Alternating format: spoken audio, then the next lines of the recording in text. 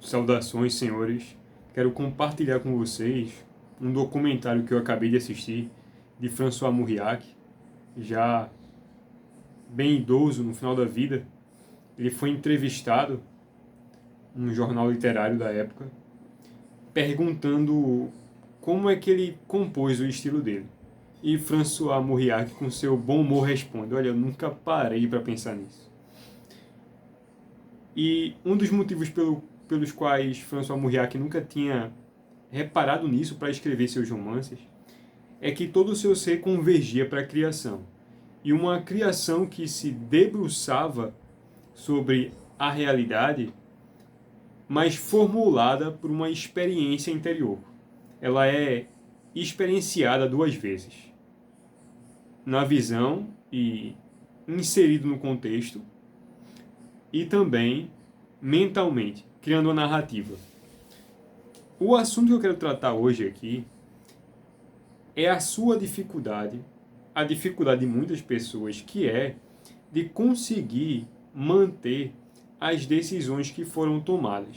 Não porque você seja um procrastinador, mas porque você esquece dos pontos que foram estabelecidos, porque a sua narrativa interior ela quebra. A depender do seu nível de leitura, dos livros que você lê, da condução intencional, que deveria ser disciplinada todos os dias, de uma autoeducação, ela vai lhe ajudar a se esquivar daquelas sugestões fantasiosas dos sentimentos. É certo que os sentimentos dizem alguma coisa, mas a construção da narrativa para as suas decisões, para uma nova forma de se portar, para a construção de uma nova ideia, para a construção de uma nova identidade, ela precisa ser criada imaginativamente através de uma composição, uma narrativa interna. Essa narrativa interior precisa ser confessada diversas vezes, repetida para você mesmo quase todos os dias como um mantra. Mas é que essa repetição ela não é vazia, ou uma espécie de reza. Você tem que ficar repetindo. Mas é que é a retomada da consciência como se fosse um fio histórico de onde você está saindo e para onde você quer ir. É muito comum que quando começamos a querer uma nova qualidade, buscar um talento, desenvolver um poder que sabemos que possuímos, mas que precisamos nos dedicar, é que esse ponto em si ele não é comentado, ainda mais aqui no YouTube, e se o é extremamente escasso, é que a construção da narrativa ela exige a disposição em você contar para você mesmo a mesma história diversas vezes. E essa história não pode ser enjoativa para você. Ela precisa ser sempre escutada como se fosse a primeira vez. E eu vou colocar situações práticas do seu dia que você pode se situar e entender onde é que você está errando. A construção da narrativa ela vai obedecer a alguns princípios. Primeiro, é o domínio da linguagem. Segundo, a clareza das imagens. E terceiro, a condução intencional, disciplinada desse mesmo sentimento. O aspecto da construção da narrativa, ela obedece à sua audácia em, sabendo do que é dito sobre este assunto que você já sabe, ousar quebrar no meio e encontrar uma novidade, encontrar uma surpresa que muitas vezes não vai poder ser compartilhada com outras pessoas. E é aqui onde as pessoas desanimam. Por quê? Se é uma narrativa que para mim mesmo, quando eu estou a construir em direção a um objetivo, ela me parece suficientemente clara, o meu maior desejo é que as pessoas me reconheçam por estar caminhando em direção a este objetivo. Eu vou colocar aqui alguns pontos práticos do dia que vocês observam a rodo por aí, é o que mais tem, que são as intitulações, os cargos, as nomeações de autoridade.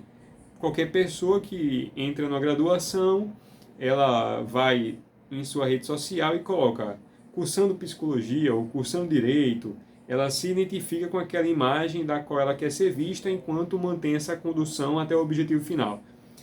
Ela não quer esperar para chegar lá, ela quer ser vista como tal para que o seu caminho seja reconhecido. Mas olhando para o outro aspecto, distantemente do falseamento acadêmico, eu estou falando da verdadeira força da personalidade e da personalidade que quer desenvolver uma inteligência, se aperfeiçoar, é de que a condução da narrativa, ela obedece, antes de qualquer prática, àquela sua capacidade de descrever para você mesmo, como eu já falei, mas agora, olhando para um outro aspecto, de descrever para você mesmo por quais motivos esse caminho é necessariamente proveitoso. Por que que o seu ser converge para lá? Então você começa a se examinar como sentado numa mesa com 3 de você, em teses, antíteses, um debate, um questionamento para conseguir ponderar se a sua narrativa mental terá uma força autônoma que, ainda que você não esteja pensando nela, ela esteja lá. Vamos lá. Quando você toma uma decisão de fazer alguma coisa, essa decisão tem uma força por trás que impulsiona, que é a imagem fechada desse mesmo objetivo. E como a maioria dessas imagens precisam necessariamente estar dadas em formatos já anteriormente conhecidos, as faculdades, as capacidades mais admiráveis, a porção invejável da inteligência, ela não está dada em nenhum formato específico e restrito, da qual eu, a olhando de baixo para cima, posso desejá-la, porque me parece uma imagem extremamente distante e eu só consigo fazer alguns traços, não consigo pegar a silhueta do que é a inteligência. Então, como as pessoas desejam a inteligência porque a promessa dela é boa e você constrói um objetivo para buscá-la, quando você está nesse caminho e as imagens são extremamente caricaturais por conta do apego social ao que já está dito, no meio de muitas confusões, o primeiro sentimento contrário que vai lhe deixar desconfiado, desmotivado, é o mesmo sentimento que faz parte daquela integração antecipada de considerar se essa busca é genuína. Antes de buscar o que você quer buscar, você deve se perguntar por que você está buscando. Mas como somos extremamente uma geração, essa é uma das gerações mais ansiosas que existem, e elas, mais do que tudo, querem a imagem fechada do seu desejo, e é indesejável lidar com as deformidades dessa imagem que com muito esforço é construída. Ora, se eu quero ser um escritor, eu preciso ter uma imagem verdadeira do que é um bom escritor. Se eu quero ser um excelente psicólogo, eu preciso ter a referência do que é um bom psicólogo. Mas o problema é que, como somos sujeitos a correntes de sentimentos, e as correntezas são extremamente diversas, qualquer corrente que se apresente sob um aspecto de autoridade tem a tendência a fazer esmorecer as concepções interiores que tivemos com uma grande certeza, ao ponto que começamos a desconfiar de que se aquilo que desejamos é válido. Quando se trata da inteligência, do desenvolvimento do intelecto, da escrita, da capacidade da imaginação, e temos os romancistas como os nossos professores, ainda que você não tenha como objetivo ser um romancista, ser um escritor, mas você tenha uma profissão, um desejo, um objetivo que esteja relacionado à inteligência verdadeira em si, à produção, à criação de alguma coisa, há uma grande necessidade, e novamente isso não é comentado, de primeiro você, como carregando um grande pote, um grande balde,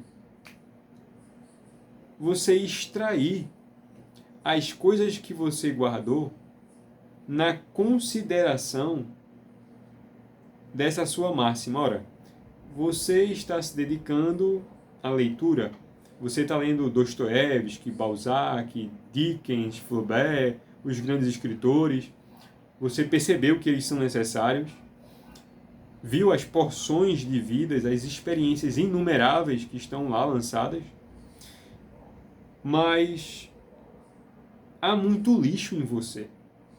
E por mais que o escritor ele consiga lhe conduzir temporariamente, enquanto você lê o romance, até quando você, depois de fechar o livro, continua pensando sobre a história, o que acontece aqui hoje em dia, na maioria das vezes, quando terminamos um romance, uma leitura, o que fazemos é trocar o ambiente, o estímulo mental para se distanciar daquela ambientação, muitas vezes inóspita, desagradável aos sentidos, que o que queremos é uma outra distração, inconscientemente, para compensar a nossa exposição a estar patente às nossas vulnerabilidades, que faz com que o fio seja sempre cortado, porque a própria disposição da criação, do intelecto, da inteligência, exige não um estudo o dia todo, mas um homem que, apesar de não estar estudando naquele momento,